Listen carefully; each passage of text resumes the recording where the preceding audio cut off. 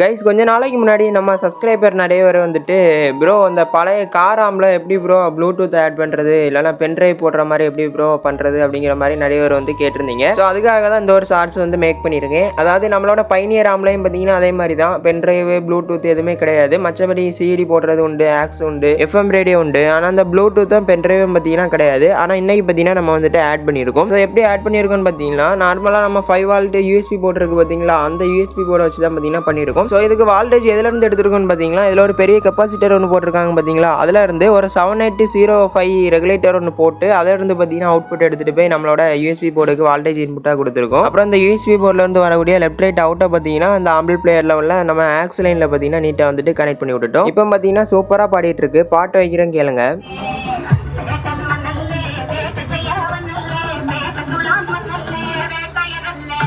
இந்த மாதிரி யூஸ்ஃபுல்லான இன்ட்ரெஸ்டிங்கான வீடியோலாம் பார்க்குறதுக்கு மறக்காமல் நம்ம சேனலை சப்ஸ்கிரைப் அண்ட் ஃபாலோ பண்ணி வச்சுக்கோங்க. இந்த வீடியோக்கு லைக் கொடுத்துருங்க. நெக்ஸ்ட் ஒரு இன்ட்ரெஸ்டான வீடியோவில் சந்திக்கலாம். By guys.